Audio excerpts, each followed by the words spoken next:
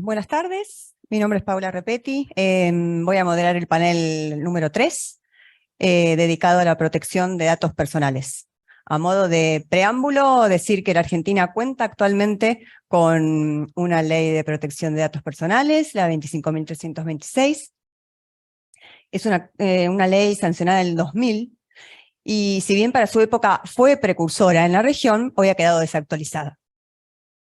Con el fin de armonizar con los estándares de seguridad de la región e internacionales y acompañar el desarrollo tecnológico, la Agencia de Acceso a la Información Pública desarrolló 2 proyectos de actualización.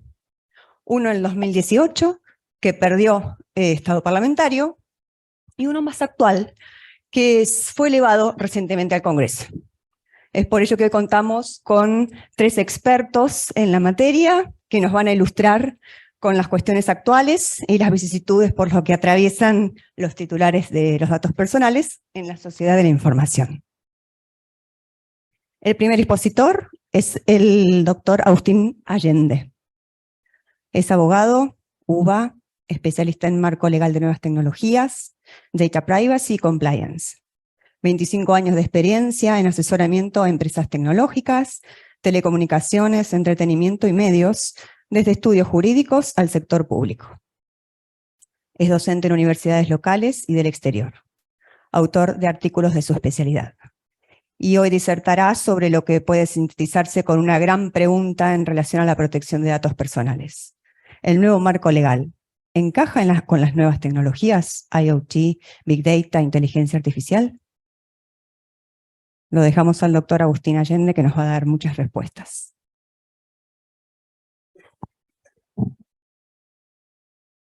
Bueno, primero agradecer al colegio la invitación, a la UBA, y armonizar un poco con el escenario, ¿no? Es difícil estar parado y tratar de ser ameno en estos temas, ¿no?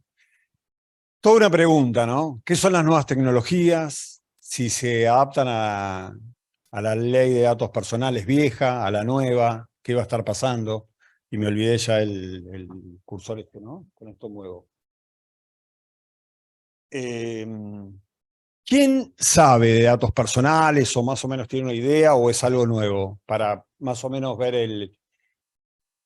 no, para hacerlo más complicado o más fácil.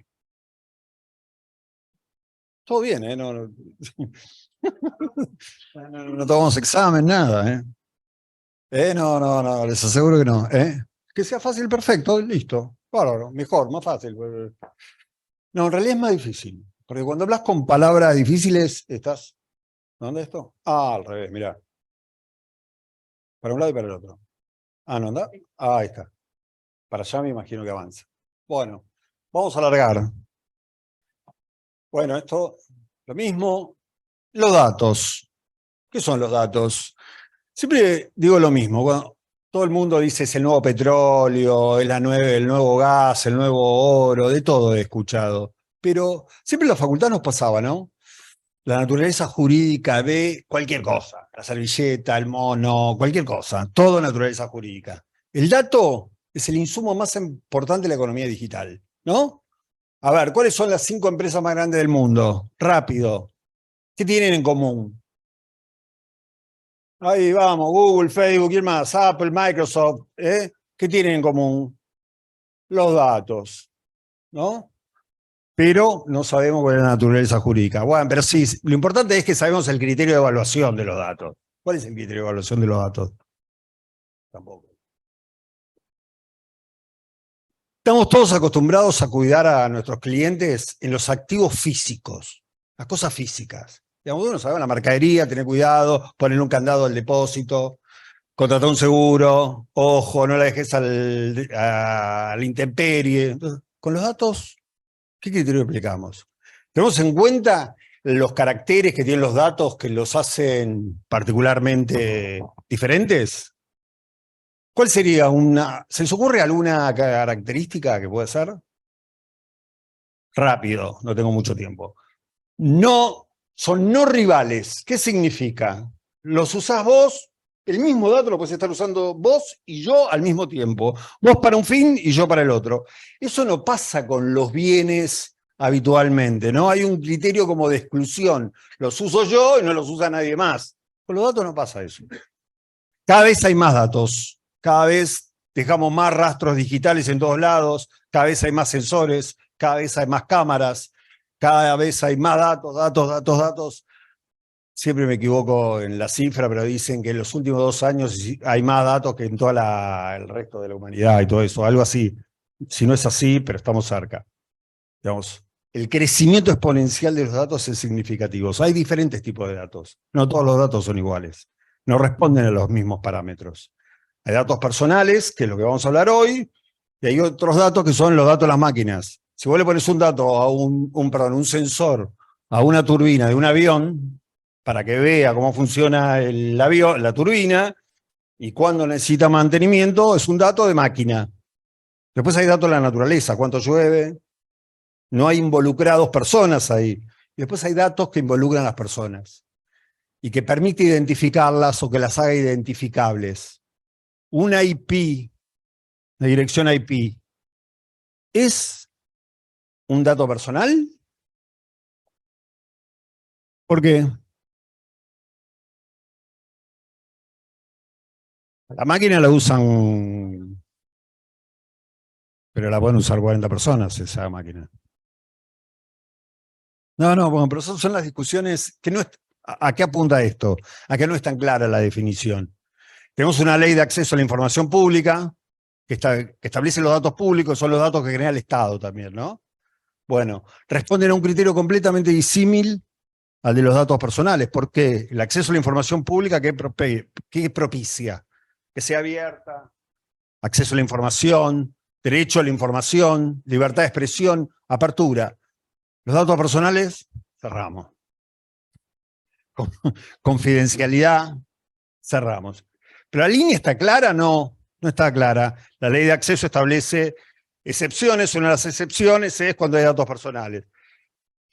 Les pongo un ejemplo claro, un ejemplo que yo. La famosa lista de los que reciben subsidios sería una información del Estado porque está brindando fondos públicos, pero también están los datos personales. Aparte de eso, estamos en un contexto internacional tormentoso. Les voy a dar 3 ejemplos que vinculan al tema de los datos y las nuevas tecnologías. Acaba de salir esta semana una sentencia en Brasil que lo condena a 4 billones de reais potencialmente, es decir, le reconoce 500 reais a cada brasilero afectado por un data breach de una de las grandes plataformas. 500 por 8, 400, 4.000, 4 billones. Y además le aplica una pequeña sanción de 72 millones de reais por afectación de la privacidad grupal. En Rotterdam hubo un error del algoritmo en el 2021, porque se equivocaron cómo funcionaba y hubo 20.000 personas discriminadas en la forma que consideran que cometían fraude, detectaba quién cometía fraude en el que recibía beneficios sociales. Entonces tuvieron un algoritmo y bueno, y decían, bueno, el que no sabe hablar holandés tiene presunción de que hace tongo. Y un par de criterios así, fue un desastre. Dijeron, no, esto no va. ¿Qué pasó? Echaron a todo el gabinete. A todo el gabinete. Igual que acá. Para tener una referencia, mañana termina el mes. Bueno, todavía no hubo en todo el año una resolución de la Agencia de Acceso a la Información Pública en temas de privacidad. Un mínimo reclamo. No procede, nada. 3 meses, un cuarto de año. Otro tema en el contexto internacional tormentoso y es el problema que hay con las transferencias internacionales. No se pueden hacer libremente, los datos personales no se pueden transferir libremente. Se están peleando mucho Europa con Estados Unidos y China. Europa y Estados Unidos no permiten la libre transferencia. Hubo 2 casos muy grandes, Schrems 1 y Schrems 2, que cayeron los 2 tratados que regulaban la transferencia internacional. Y Argentina está en una situación VIP. ¿En serio? No, pero en serio, ¿eh? En el 2003 nos reconocieron la consideración de legislación adecuada a los fines de la transferencia internacional con la Unión Europea. Estados Unidos muere por eso, pagaría fortunas. Nosotros estamos haciendo todo lo posible por perder esa consideración. ¿Por qué? La ley del 2000 era muy buena y se adaptaba a la anterior, que era una directiva que regía antes del famoso Reglamento General Europeo. Bueno, pasaron mucho tiempo, pasaron 23 años. No hiciste nada, no actualizaste nada. Bueno, ahora estamos tratando de actualizarla. También hicimos cosas como aprobar el convenio 108, que es un tratado internacional muy importante, 108 Plus. Y les digo que en el mundo, en el grupo VIP está Argentina, Japón, Corea del Sur, Reino Unido, Suiza, Canadá, Nueva Zelanda. Somos importantes. Es importante estar ahí. Pero bueno, más o menos para que vean, y no es lo mismo mandarle los datos a Vietnam que a Italia, o viceversa, o India, o China. Hay países que, o Estados Unidos. No es lo mismo. Entonces hay que tener mucho cuidado con el contexto internacional. Y además está todo relacionado. La digitalización implica que haya una, digamos, hoy por hoy, cada vez que entramos a la nube, estamos haciendo una transferencia internacional de datos. Pues no sabe dónde están los servidores y todo eso. Por eso es importante el contexto internacional. Pero todo es cuestión de principios. Todo es cuestión de principios, derecho laboral, derecho penal, protección de datos, tenemos principios. Principios tradicionales. Que hacen a la autodeterminación informativa. Primordialmente, uno de los básicos es, cuando uno recolecta datos personales, recolecta los mínimos indispensables para la tarea que va a realizar, para la finalidad que va a realizar. Y tiene que haber un propósito específico. ¿Para qué junto esos datos? Estoy tomando información de un tercero, entonces los datos tienen que ser precisos, hay un principio también de seguridad, y hay dos principios fundamentales que me gustaría que se lleven hoy como abogados que van a iniciar cualquier tema en materia de protección de datos, que es el principio de responsabilidad proactiva, que es no elegir la solución mágica, no hay soluciones mágicas, poner lo mismo la solución para una gomería que para una plataforma. Digamos, hay diferentes criterios de seguridad. La gomería capaz que no tiene mucha digitalización, pero también alguna medida tiene que tomar. Entonces, el principio de responsabilidad proactivo no es que yo soy reactivo ante un problema, sino que es anticiparme primero, ¿no? Es anticiparme a las cuestiones y adoptar alguna medida, luego de hacer un análisis de riesgo, están relacionados los dos principios, hacer un análisis de riesgo, medir qué riesgo tengo y adoptar las decisiones o las medidas adecuadas y razonables para la tecnología involucrada, el contexto, la industria, el tipo de organización que se trate. ¿Está claro? Entonces, y otra cosa fundamental, toda medida que adopten de acuerdo a la responsabilidad proactiva, guarden los papelitos, documenten todo, porque si hay un problema, digan, no, mira, yo esto, nunca va a ser suficiente, pero por peor es nada. Después el otro tema es el principio de gestión de riesgos también, que es el básico con el cual iniciamos todos. Si no tenemos un análisis previo de lo que puede llegar a pasar, no podemos implementar ninguna medida.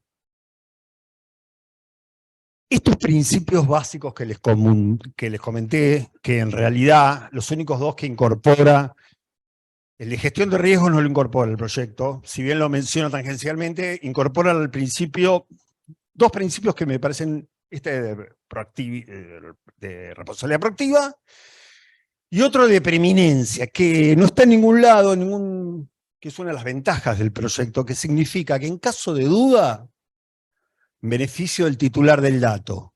No existe ningún tipo, hay que reconocer las ventajas. Y eso es muy importante, porque en las nuevas tecnologías hay muchas interpretaciones viscosas y uno apenas puede llegar a entender las cosas cuando los otros, hay un desequilibrio significativo en la relación de los otros que tienen ejército de abogados estudiando estas cuestiones. ¿Cuáles son sé que en el panel anterior estuvieron hablando de inteligencia artificial y alguna referencia a los datos personales. Una de las cuestiones que el hambre que tiene la inteligencia artificial por la cantidad de datos que necesita, y el Big Data, como su nombre lo indica, insumen cualquier cantidad de datos. ¿Contra cuál de los principios que enuncié se choca? Están todos dormidos. Están todos dormidos. Con el principio de minimización. Toman cualquier cantidad de datos, todo, no importa para qué finalidad, yo los guardo, para algo me va a servir. Para algo me va a servir el futuro. Y obviamente esos datos, como decíamos de la naturaleza, sirven para diferentes propósitos. Entonces, como tiene esa característica, yo los guardo. Capaz que el Google Map, los datos del Google Map me sirven para otra cosa. Pensemos en los datos de salud, pensemos en los datos de cuidar, pensemos en un montón de cosas. Y esto no es solamente contra las plataformas privadas, sino también contra el Estado, que es peor, que no tiene peor noción del manejo y es más descuidado. Entonces, no solamente, y tiene una justificación de ser un Estado más eficiente a través de los datos. Y les encanta tener datos nuestros y qué sé yo, y corremos con un gran riesgo de una supervisión exacerbada. De las plataformas o de la economía de las plataformas se habla, hay un libro de una autora muy conocida, Sharatora Shurov, ¿cómo es? Shurov, bueno, que se llama Capitalismo de la Supervisión o de la Vigilancia, se los recomiendo. Muy bueno, que cuenta todo esto. Pero lo que quiero decir es que tampoco es que las nuevas tecnologías no pueden porque violan los datos personales, sino todo lo contrario. Lo que hay que hacer es adaptar estos principios a las nuevas tecnologías, a la inteligencia artificial. Otra cosa que se me ocurre como nueva tecnología es la blockchain. Digamos, uno de los principios que tiene es la anonimización. Entonces, se dificulta un poco el ejercicio de los derechos cuando estamos hablando de una blockchain pública, no cuando es privada, que sería más fácil. Sí, ya estamos, Facundo, estamos por la mitad. Es difícil. Principio del afectado. Cuando hacemos análisis de riesgo, siempre, para que tengan en cuenta, siempre, cuando hacemos un análisis de riesgo, por ejemplo, en materia ambiental, vemos el medio ambiente o cuestiones híbridas. Acá hay otro enfoque que tiene en cuenta no a la empresa que está haciendo el análisis de riesgos, sino un tercero que puede estar adentro, que nadie se da cuenta, como son los empleados, que también tienen datos personales involucrados. Pensemos en toda la relación de trabajo, con el teletrabajo y todas las cuestiones que se van mezclando, están involucrados. Lo mismo los clientes y los proveedores. Siempre hay que ver al titular del dato. Y el hecho de que me confieran el dato no significa que me convertí en dueño del dato, sino que me están confiando algo para que lo gestione debidamente. Me hacen un préstamo. Es como mercaderías en consignación, me parece. No sé si te las dan, las tenés en depósito. Ojo que en cualquier momento te las pueden pedir. Te piden que la cambie de lugar, que la rectifiques. Bueno. Y hay que ser, la verdad, honesto y tener un trato digno y no mentir. Esa es la diferencia que va a haber. La verdadera moneda que va a diferenciar a las empresas a largo tiempo va a ser las empresas que obren de forma ética en materia de datos. Que no basta con cumplir con la normativa. No basta, no alcanza con cumplir con la normativa. ¿Cómo hacemos? Y yo encontré algo que me parece que es una regla bastante fácil. No hagas con los datos de otro lo que no te gustaría que hagan con tus propios datos. Me parece que se usa bastante. ¿Te gustaría que usen los datos para esto? Y no, la verdad que no está bien. Me parece que es una regla que hasta ahora no encontré una mejor. ¿Por qué digo a no comerse las galletitas? Cuando hablan de las cookies, ¿qué debería decir? ¿Aceptan cookies? Claro, claro. Claro, acepta seguidores, es decir, perseguidores por la red, por todo. Eso es verdaderamente lo que hacen. ¿Qué significa que si aceptás la galletita o si aceptás cookies? No, claro, pero cookie, no cumple con nada, me estás engañando. Independiente, después hay otros tipos de engaño como los dark patterns, que es la forma en que te ubican, el aceptar que vos directamente vas ahí y no vas a las opciones que están diminutas o en otro color, que uno cuando está en internet es sujeto a esos manejos. Entonces eso es muy importante, ese es un ejemplo claro, de capaz no está tan claro legalmente el incumplimiento, sino que es una cuestión de que no hagas los otros, no te gustaría estar siguiendo a alguien que te estén siguiendo sin que vos sepas verdaderamente. Las nuevas tecnologías, principalmente la inteligencia artificial, hablamos de las plataformas, ¿significa que va a haber, que hay nuevos jugadores? No, son los mismos. Son los mismos, por una simple razón. ¿Quién tiene todos los datos? La mayoría de los datos los tienen ellos, y lo que se necesita para inteligencia artificial, que lo estamos viendo ahora, es la alimentación del algoritmo y del modelo. Nosotros no podemos alimentar nada si no tenemos datos de nada. Entonces necesitas una cantidad terrible de datos para alimentarlo. Entonces, todo ese poder con el que vienen va a seguir vigente. Hoy el buscador capaz se cambió por el chat GPT, tranquilamente, es un buscador más completo. Uno puede poner lo mismo, las cosas que ponemos es una búsqueda, al fin y al cabo.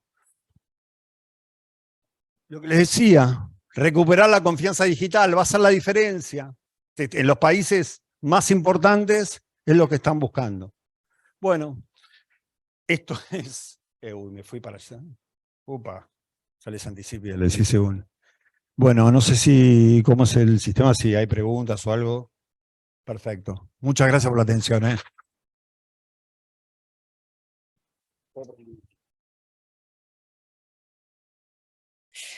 Bueno, continuamos con el doctor Gustavo Tanús. Es abogado especializado en cuestiones vinculadas con el derecho informático, la privacidad y la protección de los datos personales, máster en Derecho Informático por la Universidad Complutense de Madrid, y en el ámbito de la especialidad representó a clientes en acciones judiciales que son considerados leading case en la materia. Hoy disertará sobre la situación actual de la protección de datos en Argentina, los proyectos de modificación de la ley y el escenario futuro. Ahí está.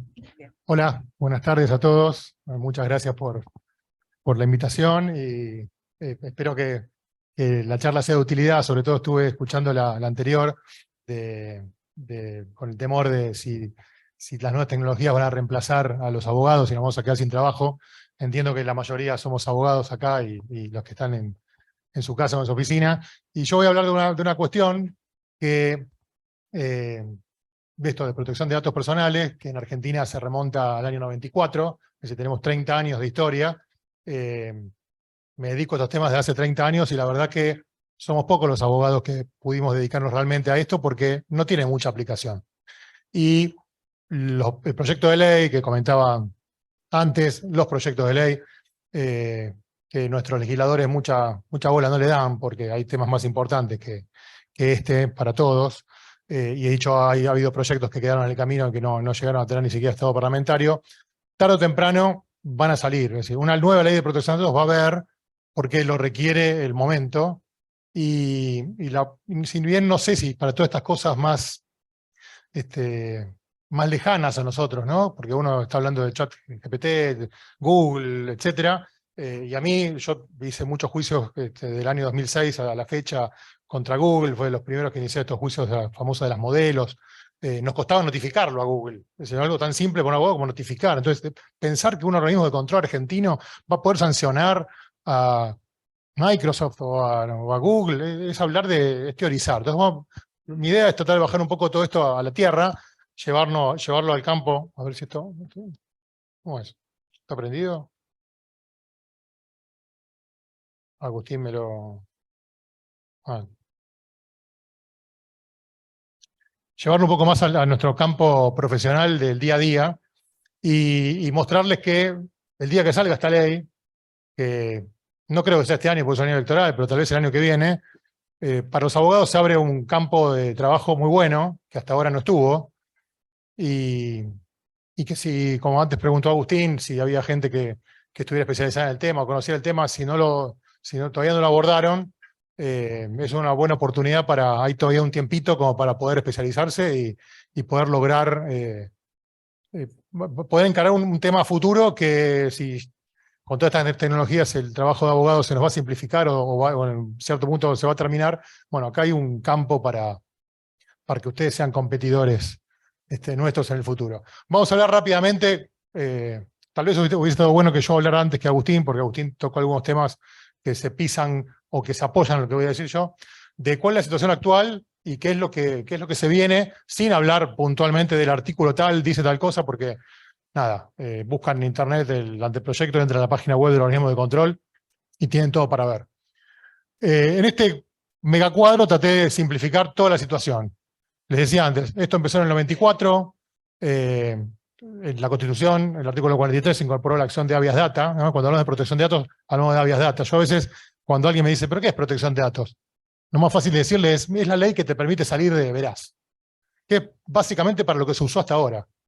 Tiene un montón de principios, de deberes, de obligaciones, pero si uno busca jurisprudencia, los primeros casos tuvieron que ver con algunos temas de datos relacionados con la dictadura militar, algunos puntuales, no sé, yo hice un caso por spam, pero nada que para sacar jurisprudencia, pero no es que tuviera aplicación práctica, pero la mayoría de los casos tienen que ver con veraz.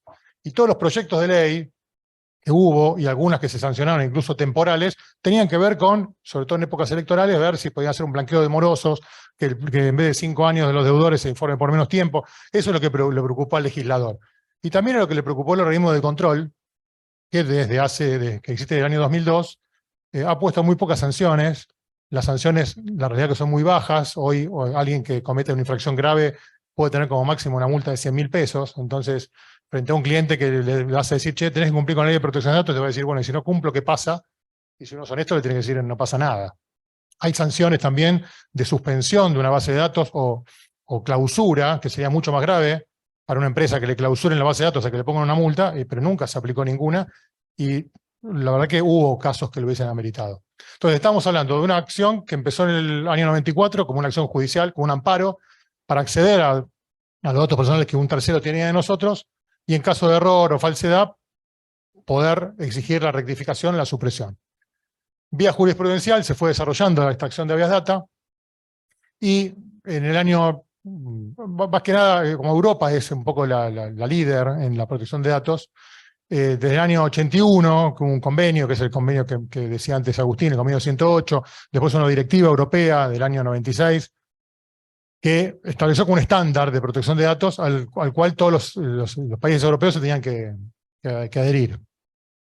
Uno de los puntos principales, antes lo comentaba Agustín, de la normativa europea, es que se establece que ningún dato de un europeo de cada país puede salir del ámbito de la Unión Europea, salvo que vaya a un país que tenga un nivel de protección adecuado. Un nivel de protección adecuado quiere decir que tenga una ley y un organismo de control. Bueno, acá en la América no había nadie que tuviera legislación. Estaba esta pelea que sigue estando entre Estados Unidos y Europa, porque Estados Unidos no tiene una ley federal y llegó a convenios a través de los cuales las empresas norteamericanas que querían recibir datos europeos se tenían que adherir. Esos convenios se fueron cayendo por estos casos de un chico, Max Rems, que hizo unos juicios contra Facebook.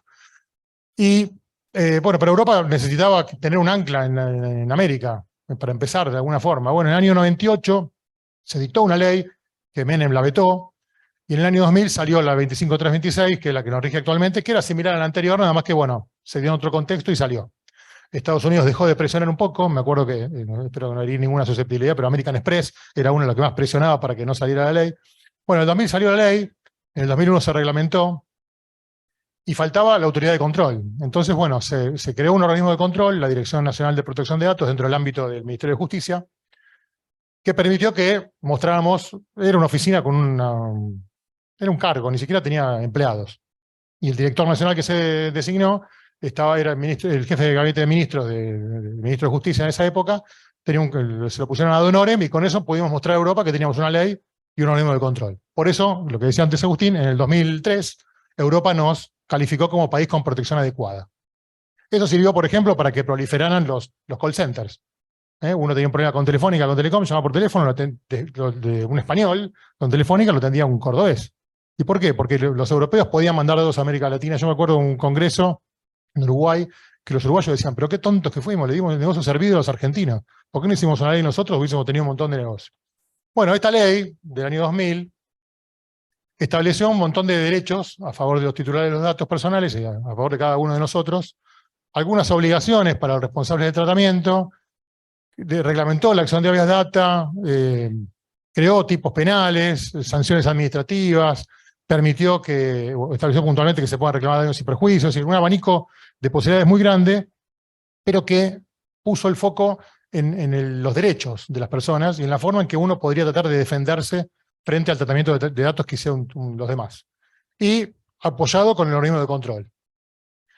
Con un organismo de control que no es independiente, que nunca lo fue, es decir, ahora depende de la Agencia de Acceso a la Información Pública, en su momento del Ministerio de Justicia, era muy difícil que un organismo de control pudiera sancionar a un organismo público. Y eso fue cuando Europa nos reconoció como un país con un nivel adecuado, dijo, pero ojo, que las provincias no tienen el mismo nivel de protección que la nación, y ojo que no son un organismo de control independiente. Igual, no importa, le damos la venia, porque era la forma de arrancar en Latinoamérica. De hecho, con posterioridad, muchos países sacaron leyes que ya son superadores a la nuestra. Por eso nos estamos quedando atrás y todos los años está el rumor de que nos van a sacar el estatus de nivel de protección adecuado. Bueno, con el tiempo, lo que les decía, la agencia la Dirección de Protección de Datos, poco personal, tenía que inspeccionar, creó un registro de bases de datos, entonces el que cumplía se registraba, el que no cumplía no, entonces te inspeccionaban si te registrabas y si no te registrabas no. Es decir, había que pagar para registrarse, todo un sinsentido que hizo que, entre que las multas eran bajas, que no había mucha sanción, y que la gente no conoce los derechos que tiene, porque tampoco se promocionó mucho, y no lo digo yo, en el año 2001 la Auditoría General de la Nación hizo un informe sobre el trabajo de la Agencia de Acceso a la Información Pública y de la Dirección de Protección de Datos, y dijo que nunca había comunicado lo suficiente a la gente para que supiera que existen estos derechos, que tampoco había impuesto sanciones, que no había fiscalizado correctamente.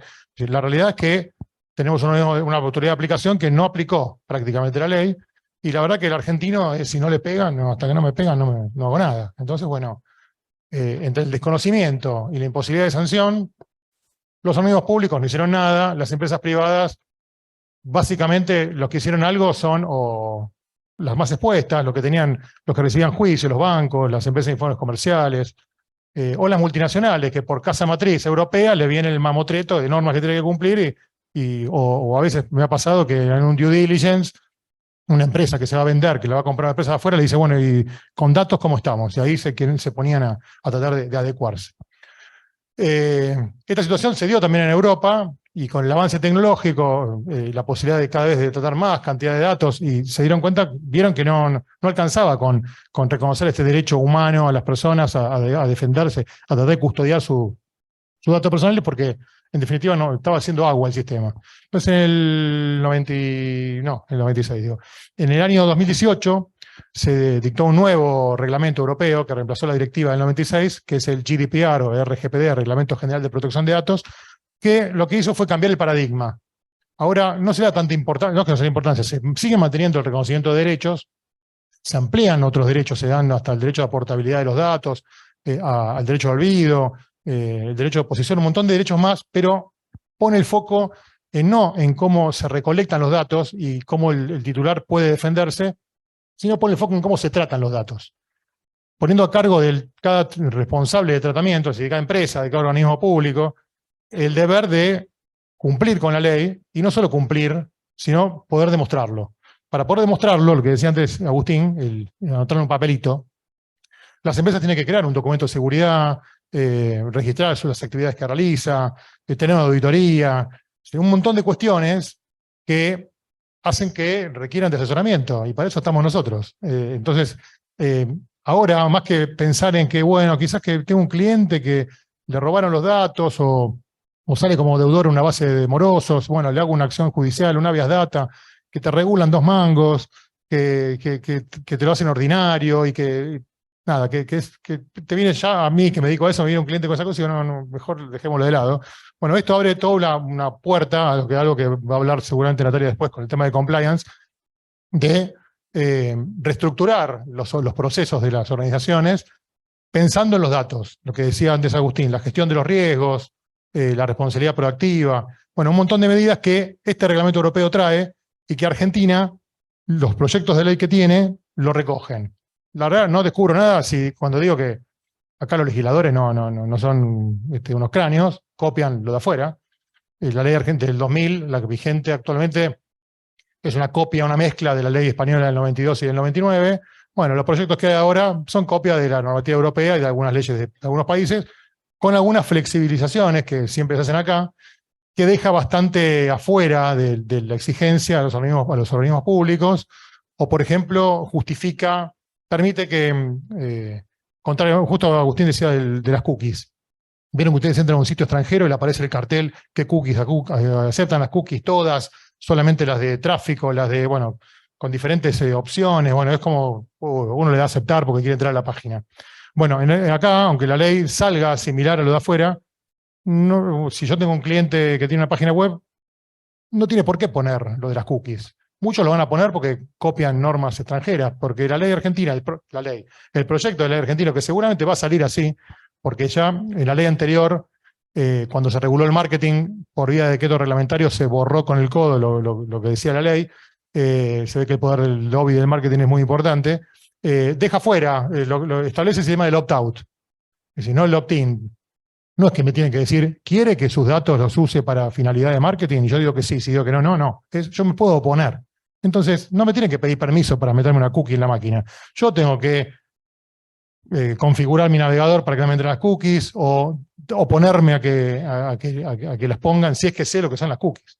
Entonces, en algunas cosas, estos proyectos de ley avanzan y son necesarios porque si no nos vamos a caer del mundo con respecto más de lo que estamos. Pero en muchos temas hace agua. Y con las cosas que hablaban los chicos antes de inteligencia artificial, con las cosas que contó Agustín, en lo que va de la tecnología de acá al futuro, y vamos a hacer agua. Porque estamos copiando normas del 2018, perdiendo la posibilidad de incorporar algunas cosas nuevas. Sí. Entonces, ¿qué pasa? Bueno, Agustín contó varias de las cosas que traen estos proyectos. El proyecto está recién presentado, creo que ni siquiera se presentó todavía, porque en febrero, la semana pasada, sí, hace 15 días creo, se publicó la última versión del anteproyecto que se hizo en base a un esquema de consulta pública. Hubo más de 170 organizaciones de la vida civil y personas interesados que hicieron comentarios, creo que recogieron 3 o 4 nada más. Pero bueno, algo tiene que haber, porque si no vamos a perder el nivel de protección adecuado que da Europa. ¿Qué significa esto para nosotros? La ley la pueden leer. ¿Qué veo yo como oportunidad? Los clientes se van a tener que adecuar. Cuando salga esta ley, que repito, tarde o temprano va a salir, va a haber un año, ahora este anteproyecto dice que la autoridad de control puede dar un año adicional, pero va a haber 1 o 2 años para adecuarse completamente a la ley. ¿Qué significa adecuarse? Implica hacer una auditoría de todos los tratamientos de datos que se hacen en la empresa. Y antes de seguir, pienso en la empresa con la empresa acá, el que tiene el juicio laboral, no pienso en Google, en las grandes La realidad que esos datos, y lamentablemente si desde afuera no pasa nada, nuestros datos van a seguir estando por ahí, no somos conscientes de toda la información nuestra que damos y que se infiere y que se trata.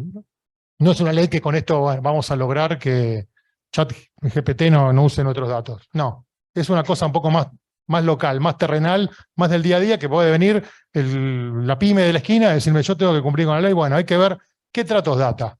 ¿Qué datos trata? Por ejemplo, yo siempre pongo un ejemplo. Puede haber un negocio de comida kosher, Tela y le hace delivery. Seguramente la gran mayoría de la gente que sea cliente sea de religión judía. ¿No puede tener los datos de sus clientes porque revelan un dato sensible que es de religión? No, sí, lo puede tener. Porque tiene el consentimiento, porque hay una relación contractual, o porque hay un interés de la persona en que tenga esos datos. Pero esa base de datos, que tiene datos sensibles, son los especialmente protegidos, va a tener que cumplir con un montón de exigencias de la ley. Entonces, bueno, Agustín siempre lucha a favor de las pymes, que las pymes tendrían que tener un trato diferencial. Pero bueno, la empresa, todas las empresas tienen base de datos de empleados, de clientes, de proveedores, de prospects. Bueno, todo eso se va a tener que adecuar. ¿Cómo? Haciendo un relevamiento, una auditoría, un dictamen jurídico respecto a que si los tratamientos de datos corresponden o no, la forma en que se obtienen los datos. No sé, por ejemplo, no sé si ustedes pónganse en la cabeza algún sorteo, algún cupón que hayan completado Bueno, abajo al pie debería haber un disclaimer, según la ley actual y la futura, que diga qué van a hacer con esos datos, dónde se van a guardar, cómo uno puede ejercer sus derechos. Bueno, no lo cumple casi nadie. Yo tengo una colección de folletos de todo tipo y color, y no hubo una sanción de la autoridad de control. Se ve que no completan ningún cupón, ningún sorteo, no van a un supermercado. Yo siempre muestro algunos ejemplos del tipo, la cantidad de datos que se piden para finalidades cualquiera, y no hubo ninguna. Bueno, ahora va a haber que demostrarlo, porque si hay una inspección o si hay una denuncia, no van a venir a decir, bueno, a ver qué haces. No, va a haber que demostrar que uno lo documentó, que el personal sabía. Es decir, de nada sirve que yo sea un cráneo en el tema, un banco que tome las medidas de seguridad que le pide el Banco Central, además de la Autoridad de Control de Protección de Datos, etcétera, y el de la mesa de entradas no sepa que si le presentan una nota que dice quiero acceder a mis datos, tiene 10 días para contestar, y que si no contesta le habilita la acción de habeas data que le genera costas. Si yo quisiera hoy, podría tener 1 millón de acciones de habeas data por derecho de acceso y ganar costas porque no me contestaron el plazo indicado. Y bueno, hay que hacer un montón de reorganización de procesos dentro de la empresa, implementar medidas de seguridad, analizar los riesgos, educar al personal. Bueno, todo un montón de cosas que, bueno, alguien lo tiene que hacer. Y antes que nos lo ganen otras profesiones, como pasa en otras cosas, los abogados tenemos mucho para hacer en ese terreno. Desafíos hay un montón, y hay un montón de cosas que van a quedar afuera, ¿no? Algunas cosas ya se hablaron, pero información genética, el Internet de las cosas, la computación en la nube, que comentaba antes Agustín, la neurociencia, que ya se está pudiendo saber qué piensa una persona, ni siquiera, aunque no lo diga. O sea, hay un montón de cuestiones que sí van a quedar afuera y que la ley puede llegar a quedar obsoleta, o va a quedar obsoleta el día de que salga. Pero va a dar un montón de herramientas para tratar de defenderse, y yo pensando un poco que iba a decir hoy, es transmitir esto. En un momento en el que uno piensa, bueno, quizás que cada vez nos vamos a quedar con menos posibilidades de trabajo, esto abre un universo de laboral para un montón de gente. Alcanza con que entren en LinkedIn y buscan en empleos privacidad, protección de datos. Van a ver la cantidad de ofertas de trabajo que hay en Europa, sobre todo. Los proyectos de ley nuevo crean una figura, que es el DPO, el Data Protection Officer, que los organismos públicos, las empresas que tengan un tratamiento de datos a gran escala, con datos sensibles, que ellos lo van a tener que tener obligatoriamente, y el resto de los mortales van a tener que tener alguien que haga interlocutor con el organismo de control y que sea el que lidere esta adecuación a la nueva ley dentro de una empresa. Bueno, eso puede ser un empleado interno, a veces se lo enchufan al de recursos humanos, a lo de sistemas, al de operaciones, o a legales. Y si es una empresa más chica, que no tiene eso, o no tiene nadie especializado, lo va a poder tercerizar. Entonces, va a haber, debería haber un montón de trabajo el día que salga esta ley. De acá que salga, veremos. Por lo menos es un proyecto, por lo menos nos manejamos con la ley actual, que escapa a muchas cuestiones, y que le repito, lamentablemente no ha sido aplicada. Basta con mencionar lo que decía antes Agustín, la fuga de datos, los incidentes de seguridad que hubo en el RENAPER, en migraciones, y no, la autoridad de control ni siquiera hizo una denuncia. Entonces, bueno, estamos en una etapa todavía con un pie en la ley vieja y necesitando tener una ley nueva para poder seguir, incluso hasta para poder seguir tratando datos del exterior y poder seguir funcionando. Bueno, poco tiempo, perdón por lo apurado, quedo a disposición por cualquier pregunta. Gracias. Bueno, nuestra tercera expositora es la doctora Natalia Pasalacqua, abogada, gerente de legales MAVE Argentina, empresa multinacional, fabricante y comercializadora de electrodomésticos de línea Drean, Patrick y General Electric, asesora de FinTech e inversiones digitales, especialista en M&A y Compliance, exalumna de la especialización en Derecho y Tecnología, actualmente a cargo de la reestructuración y modernización de MAVE en Argentina, con marcada trayectoria en empresas multinacionales y nacionales como BRF, Quick Food y Nación Seguros. Hoy expondrá sobre compliance, ética y protección de datos personales en las empresas. Gracias. Bueno, yo creo que me puedo ir a mi casa ya después de toda la disertación, porque aparte hablaron de la mitad de mis temas, pero bueno, vamos a tratar de cerrar y darle una conclusión a este tema. Iba a empezar por un lado, pero voy a empezar por otro lado, porque hace muy poquito estuvieron en las redes hablando del Fedegate, no sé si lo escucharon, del Fedegate, del lavarropa que blanqueó una infidelidad. El lavarropa era Dreams. Muy rápido la gente de marketing lo que hizo es el lavarropa que te blanquea todo.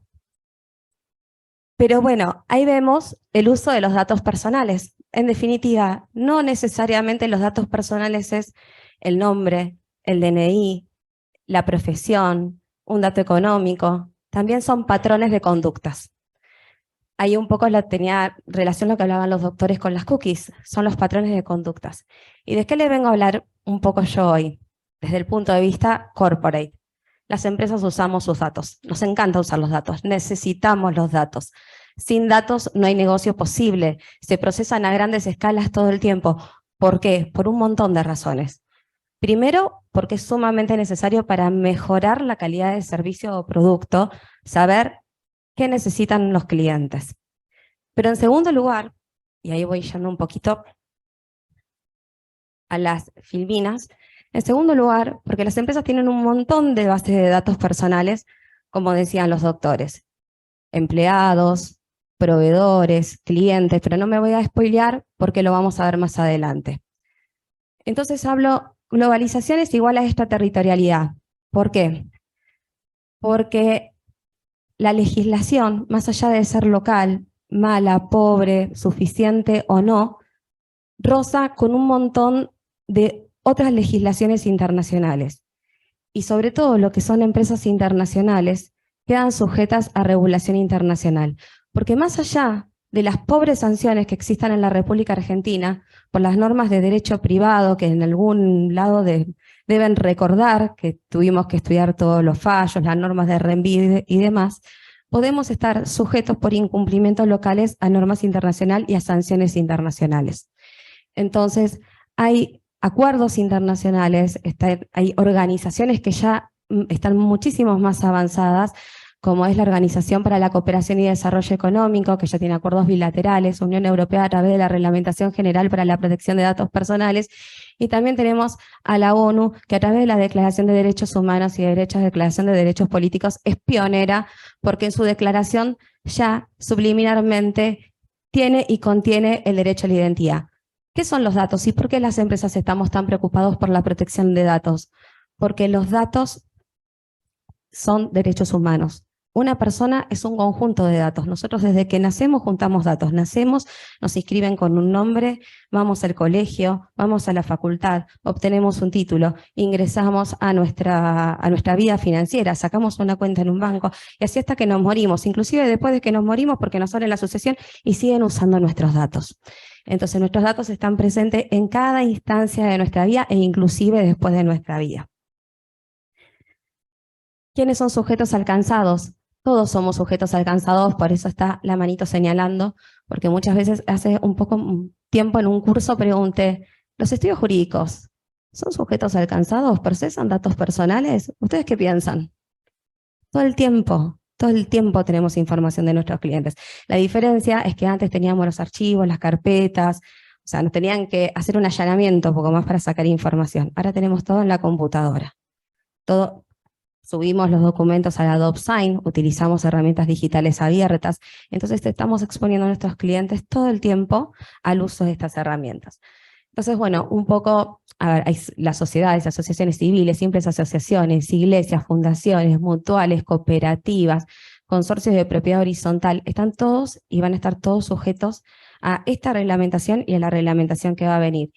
Y ahí un poco coincido con lo que decían los doctores en la importancia de capacitarnos sobre esta materia, que si bien se está hablando muy poco, si bien por ahí no puede ser tan tentador tener unas vías data en el estudio, va a traer aparejado desde el punto de vista reglamentario y normativo la importancia de que estemos preparados y la posibilidad inclusive de aplicarlo en otras ramas del derecho que ahora vamos a hablar. Pero ¿por qué hablamos de compliance y datos personales? ¿Qué tiene que ver? ¿Qué es el compliance? Yo no sé si muchos de los que están acá están familiarizados con el concepto. Compliance es la protección regulatoria de una empresa. Hace que una empresa funcione, que cumpla sus políticas, que cumpla las normas externas y que cumpla sus políticas. ¿Por qué es tan importante el compliance y la protección y el cumplimiento de las políticas? Porque hace la integridad de la empresa. Una empresa tiene un montón de procesos, en esos procesos desde licitaciones, compras, ventas.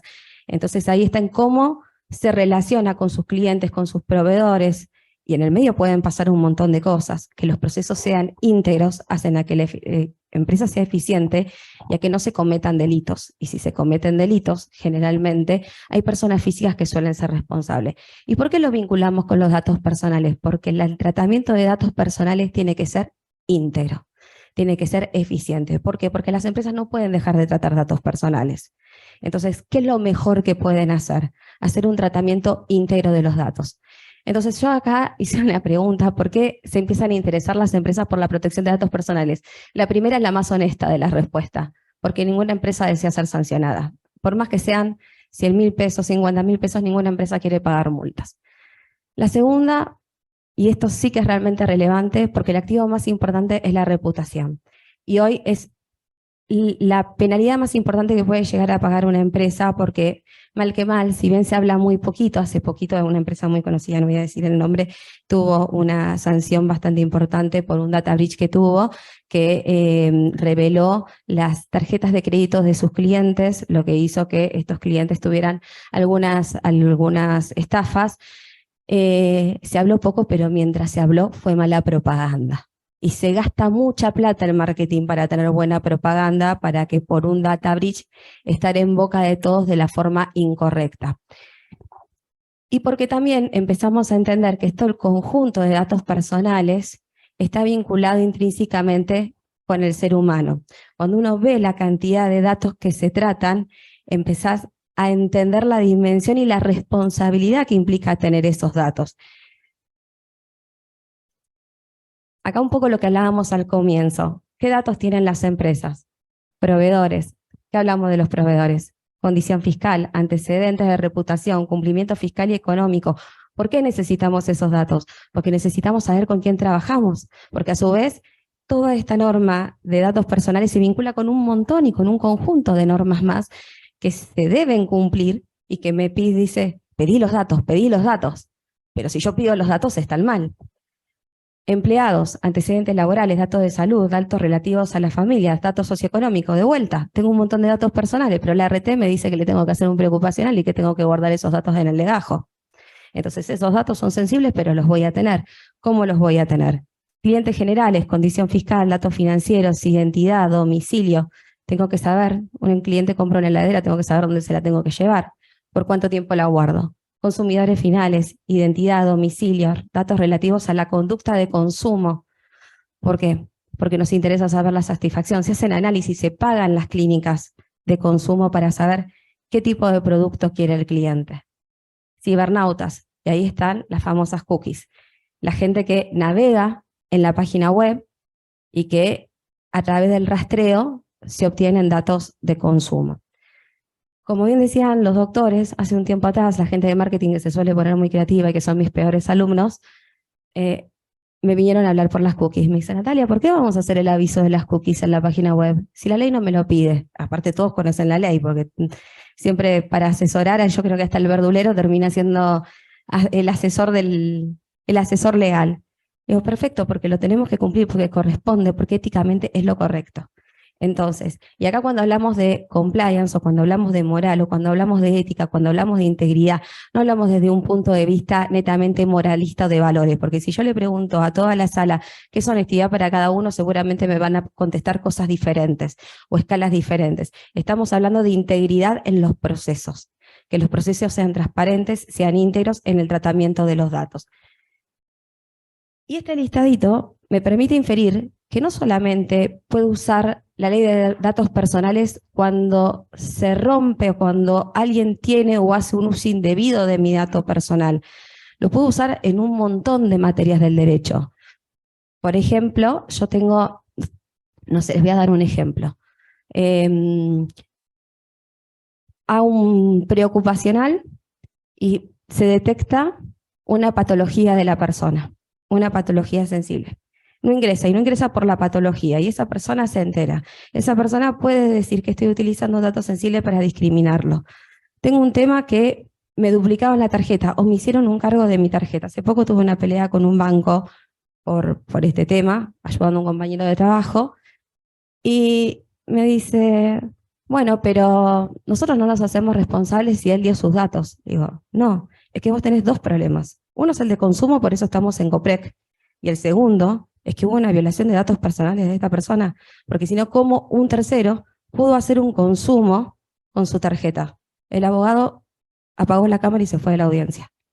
Yo creo que se fue a pensar lo que le estaba diciendo. Volvió. Cuando volvió le devolvieron el dinero. Pero, a ver, acá tenemos que empezar a ver que esta norma, independientemente de ser utilizada únicamente y por sí, la podemos utilizar para un montón de cosas. La podemos utilizar en un montón de procesos, ya sea como abogados litigiosos, como abogados de empresa, como asesores. Entonces, por eso es muy importante conocer los derechos que tenemos cuando hablamos de datos personales. Acá un poco un resumen. El problema no es la recopilación ni el uso per se de los datos, sino el cómo, cuándo y por qué. Yo tenía un profesor en la facultad que me decía, porque cuando, cómo no me atienden bien, yo me desespero. Y yo pienso lo mismo, porque estas respuestas, estas son las preguntas que tienen que tener respuestas. Esas son las preguntas que yo hago cuando trabajo con datos personales. ¿Para qué los voy a usar? ¿Cómo los voy a usar? ¿Y qué datos necesito? ¿Y cómo los anonimizo? Porque en definitiva, la ley vieja y la ley nueva, que tiene una definición un poco más completa de lo que el proyecto de ley, de lo que es la protección de datos personales, nos da una concepción y nos dice, son todos los datos relativos a una persona determinada o determinable. ¿Qué me está dando ese dato?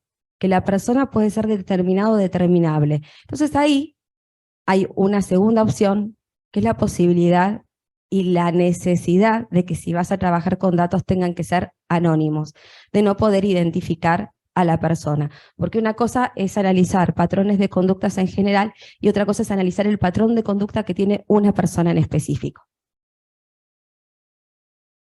El uso adecuado está dado por la proporcionalidad y por garantizar el bajo riesgo. Y ahí inventé una fórmula matemática, odio las matemáticas, pero me encantó la fórmula. Es igual a proporcionalidad menos riesgo. Eso es para lo que consideramos nosotros, o un compliance officer, como un uso adecuado de los datos. ¿Qué hacemos? ¿Cómo trabajamos estos datos o cómo se empieza a trabajar corporativamente para bajar esta nueva normativa y para tratar de adecuar a los estándares internacionales? Yo estoy sujeta a la particularidad de que al trabajar corporativo en multinacional tengo que adecuarme a norma internacional. Sin embargo, si a mí siempre me preguntan qué norma utilizo, yo siempre digo el estándar más alto. El estándar más alto me va a garantizar siempre estar dentro del cumplimiento normativo. Entonces, ¿qué te tiene que hacer? Una identificación de riesgo. ¿Cómo se hace la identificación de riesgo? Se tiene que hacer una auditoría. Esto es lo que hablaban los doctores de la responsabilidad proactiva, porque la nueva legislación, de ser aprobada, que ojalá que así lo sea, te dice, no solamente tenés que ser cuidadoso, sino demostrar que fuiste cuidadoso y que cumpliste con todos los recaudos para evitar una fuga de datos o un uso inadecuado. Entonces, ¿qué se arma con eso? Un semáforo rojo, amarillo o verde. El rojo es, los datos los estás utilizando mal, podés tener sanciones y poder tener reclamos de particulares. El amarillo es, los datos no están tan bien utilizados, podés tener sanciones legales, no hay riesgo alto para los usuarios. El verde es, no hay riesgo para los usuarios, o hay riesgo bajo y moderado, y no hay riesgo de tener sanciones. ¿Qué hacemos? Lo primero que podemos hacer y más honesto, y esto es algo muy nuevo porque lo estamos trabajando recién ahora, así que les traigo una auditoría recién bajada y armada y estructurada, es una descripción de situación e identificación área por área. Es preguntar a cada área para qué usan los datos. Y ahí es donde empezamos a sorprendernos, porque lo primero que hacemos es, vamos a recursos humanos, vamos a compras, vamos a ventas, y sin embargo, cuando vamos a marketing, cuando vamos a sistemas, es donde nos encontramos con la verdadera olla de los datos. Entonces, ahí es, ¿existe riesgo de caer en el incumplimiento normativo? Y de existir, ¿cuál sería ese riesgo? Ahí empezamos a administrar el riesgo. El riesgo para los titulares. ¿Hay riesgo de los titulares? Sí. Especificamos cuáles. ¿Hay riesgos de seguridad física de esos titulares? ¿Los tengo identificados de tal forma que su integridad física pueden correr riesgo? ¿Hay daños materiales? ¿Puede haber daños morales? Esas son las preguntas que nos tenemos que hacer para empezar a administrar eficientemente ese dato. Perfecto. Riesgo para las empresas. ¿Existen riesgos para las empresas? Sí. ¿Cuáles son? Si son multas, si son reputacionales, cuál es la situación actual y a partir de ahí cuál es la forma de eliminar ese riesgo. Esto, en grandes rasgos, es una auditoría completa de datos personales. ¿Cómo tiene que concluir el trabajo? El trabajo tiene que concluir con un análisis de todas las bases de datos, con avisos de privacidad, trabajar sobre todos los avisos de privacidad a clientes en páginas y demás, análisis de los contratos. Todos los contratos, estas son las cláusulas que siempre me preguntan, ¿para qué existen? Me preguntaron un montón de veces para qué existían las cláusulas de fuerza mayor y en la pandemia me las agradecieron. Entonces son las cláusulas como las de integridad, te dicen ¿para qué sirven? Hasta que tenés a un director preso, que puede pasar.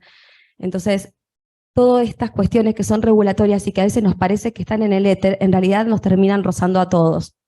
Obligaciones del responsable, la necesidad de tener un DPO, porque si bien tenemos la figura del compliance officer y estamos hablando de integridad, en realidad el delegado de protección de datos personales es una persona distinta y ahí hay una oportunidad súper grande porque podemos ser nosotros o puede ser gente de sistema. Entonces cuando nos preguntamos si la profesión va a ser eliminada, yo en realidad me pregunto cómo reinventar la profesión. Tener documentos de seguridad, manual de derechos del titular, qué hago cuando el titular me viene a reclamar, qué es lo que puedo, qué es lo que no, capacitación, mucha capacitación interna a la gente, concientización y un reporte de conclusiones. Esto que yo les acabo de mostrar es la auditoría completa que hace de datos personales una empresa. ¿Quiénes pueden generar responsabilidad? Esto me encanta, porque me encanta asustar a la gente, sobre todo cuando le hablo a los directores, siempre los amenazo con la cárcel, me termina dando resultado. Pero bueno, responsabilidad tiene cualquier persona y muchas veces lo que hay que entender es que cualquier empleado, cualquier persona puede generar responsabilidad en lo que es protección de datos personales. En el marco corporativo, cualquier empleado en general o inclusive los directivos. Normalmente el que termina pagando el pato es el directivo y el representante legal de la empresa. Y acá, para terminar, dos frases, una mía y otra prestada. La primera, nos vamos a pedirle a nuestros clientes que hagan un equilibrio entre privacidad y seguridad. Tenemos que ofrecerles lo mejor de ambos. En última instancia, proteger los datos de otra persona es protegernos a todos nosotros, de Tim Cook, CEO de Apple. Y la segunda, de mi autoría, que es más un párrafo y una frase, pero una empresa sin datos es una cáscara vacía. Ninguna organización en un mundo globalizado puede tomar decisiones eficientes sin información y habitualmente la información más valiosa está dada en el patrón de conducta de los individuos. El problema no es la información en sí misma, sino la calidad de la información que se recopila y el uso adecuado en pos del bien común. Somos personas, somos un conjunto de datos valiosos, único e irrepetible. Ese derecho debe ser salvaguardado en primacía del derecho a la identidad y la libertad.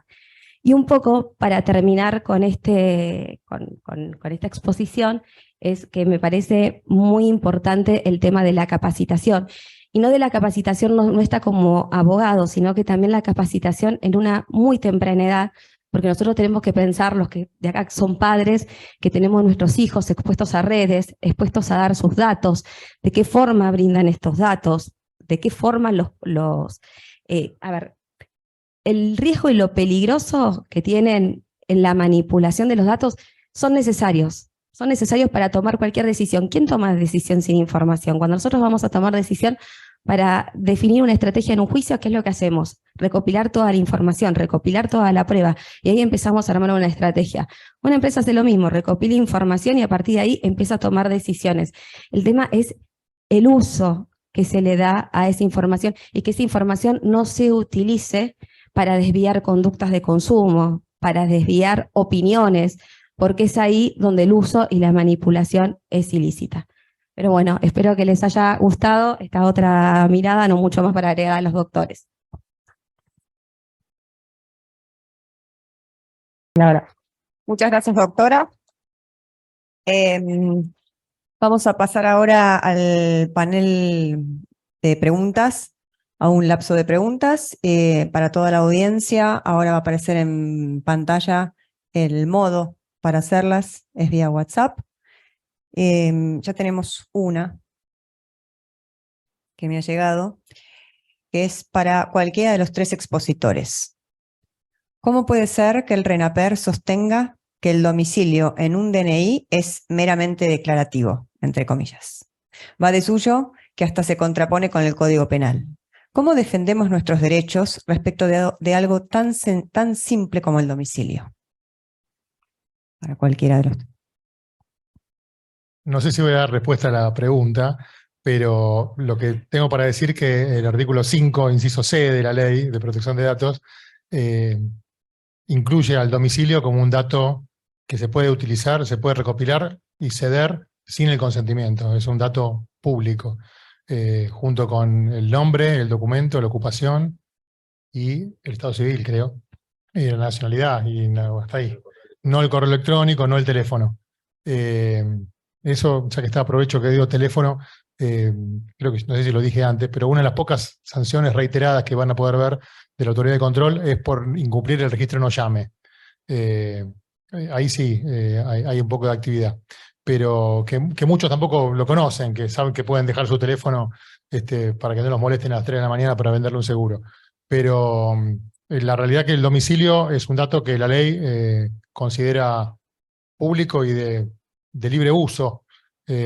Así que, bueno, nada, entiendo la preocupación, pero la ley dice otra cosa.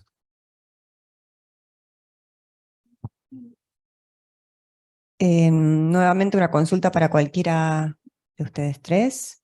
La ansiedad por tener una ley entiendo que nos genera un marco normativo obsoleto y poco representativo de muchos colectivos que no fueron tenidos en cuenta, como es el actual proyecto. ¿Son conscientes de que vamos para peor?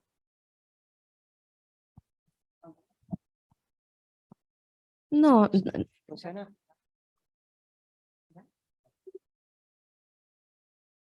no, a ver, pasa un poco lo mismo que pasó en el año 2000. En el año 2000 la ley nació obsoleta porque nació basándose en una norma que fue derogada años anteriores en España. Entonces tenemos la oportunidad, quizás sí, de regular nueva tecnología o nuevos usos y no se está haciendo, pero no creo que la ley sea ineficiente o pobre. De hecho, creo que es mucho mejor a lo que tenemos en la actualidad. Aparte, no hay que evaluar la foto concreta de la norma, sino también todo el plano normativo que tenemos, que es mucho mayor, porque estamos asociados a normas internacionales, porque estamos subidos a normas inclusive de la Unión Europea, que protocolos que hemos incorporado y aceptado. Entonces me parece que hay que analizar, analizando todo el contexto normativo general, si saliera la nueva ley estaríamos un escalón más arriba y no más abajo. Estoy de acuerdo en que se podría haber hecho un mejor trabajo, pero estamos un poquito mejor, estaríamos un poquito mejor de lo que estamos ahora. Bueno, tenemos la última pregunta porque estamos ajustados con el tiempo y esta es una consecuencia de la primera para cualquiera de los 3 expositores. Entonces, ¿yo puedo decir que vivo en su domicilio y sacar una tarjeta de crédito? Sería una contrapregunta a su respuesta, doctor. Sí. Sí, será un dato falso que proporcionás y el que te da la tarjeta te lo quiere dar porque das ese domicilio. De hecho, yo en mi documento tengo un domicilio en Capital y vivo en Pilar. Y bueno, igual creo que estamos hablando de un dato que es casi el menor, porque uno puede, de hecho, bueno, ya no está más la guía de teléfono, pero antes uno incluso podía pedir no estar en guía y si no, aparecía por sí, como que el domicilio, y parece un dato muy simple, muy sencillo, pero la realidad es que sabiendo tu domicilio y sabiendo otros datos te pueden ir a buscar a la puerta para secuestrar. Yo siempre muestro un folleto de una exposición que hubo hace muchos años, que era para participar en un concurso, te pedían hasta el nombre de tus hijos, a qué colegio iban, y la gente para ganar el concurso lo completaba porque no tenía noción de lo que daba. Todos los datos son importantes, algunos son más sensibles que otros porque son más potencialmente discriminadores, pero sí, yo también pondría mi reparo para dar mi domicilio, y yo creo que muchos cuando tienen que completar algún formulario quizás que completan y no ponen el piso, entiendo la preocupación, pero es un dato que puede circular libremente, como decía antes. Y volviendo a lo que contestaba Natalia, entiendo que sí, que obviamente todo es perfectible.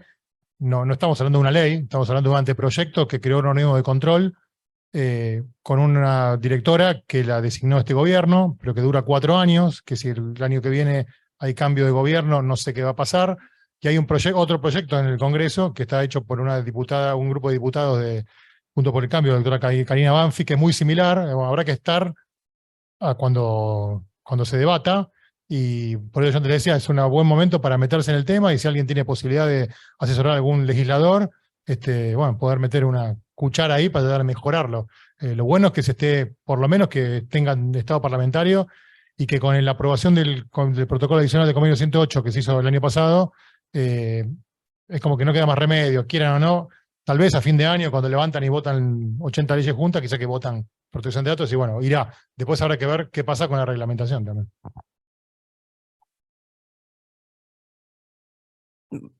Hacemos la última y cerramos. No sé si le alcanzás el...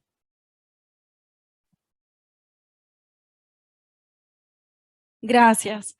Una pregunta así práctica. Uno como abogado, en defensa de un trabajador al que lo contactan, tienen su número y todos sus datos, incluso el accidente y todo lo demás. Voy al caso específico de las ART, le venden el listado de trabajadores accidentados a los estudios jurídicos. Bueno. Uno como abogado, ¿puede hacer algo al respecto? O sea, pedir a la auditoría y demás. Gracias. Puede ejercer el derecho de acceso, que es el primer derecho que reconoce la ley, el habeas data, decir, bueno, ¿de dónde obtuviste mis datos? ¿Quién te los dio? Si te los cedió, ¿quién te los cedió? Y en base a eso, bueno, ahí empezar a tirar de la soga. Normalmente lo que pasa es que quizás que haces el ejercicio del derecho y no te contestan. Cuando te llaman por teléfono, a mí me llaman por teléfono, levanto, me ofrecen algo, y le digo, ¿de dónde sacaste mis datos? Te cortan. Y si lo haces por carta documento o por una nota, yo tuve un caso hace unos años de una competencia, no, era Garbarino, no existe más, lo puedo contar. Garbarino y un banco, a un cliente le llegó un sobre con una tarjeta de crédito del banco, en el sobre era de Garbarino. Entonces, bueno, mandamos carta documento al banco y a Garbarino diciendo dónde habían obtenido los datos y a quién se lo habían cedido. Garbarino dijo, yo no se lo cedí a nadie. Y Banco Río dijo, me lo cedió Garbarino. Iniciamos el habeas data, y lo que dijeron fue que lo único que habían cedido eran los datos personales que permite el artículo 5 de la ley, estos de nombre, domicilio y ocupación. Y la realidad es que ahí abajo había un dato subyacente, que era que mi cliente había pagado toda su cuota en Garbarino, que era un buen cliente, porque si no, el banco no quiere un tipo que compró una plancha en una cuota y le dejó de pagar. Entonces siempre hay algo más que esos datos simples que pueden andar circulando. Y bueno, tu cliente lo que puede hacer es ejercer su derecho de acceso, a ver de dónde lo obtuvieron, y también denunciar si lo obtuvieron ilícitamente.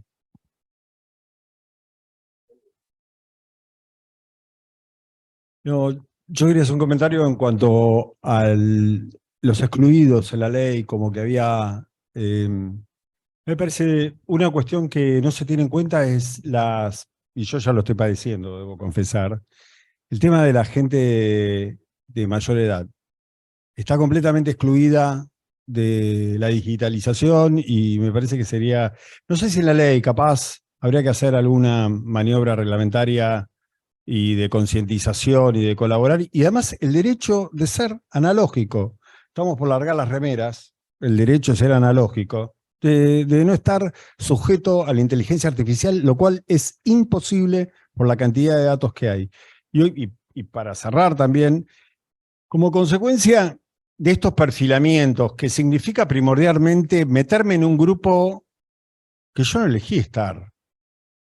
Yo no elegí, digamos, porque supuestamente consumo esto, consumo lo otro, y me parece que lo que falta es una concientización de un derecho global de privacidad o grupal, en el cual cuando todos padecemos, por ejemplo, alguna discriminación vinculada con formar parte de ese grupo, del cual no elegimos formar parte, nos metieron, tendría que haber alguna solución grupal.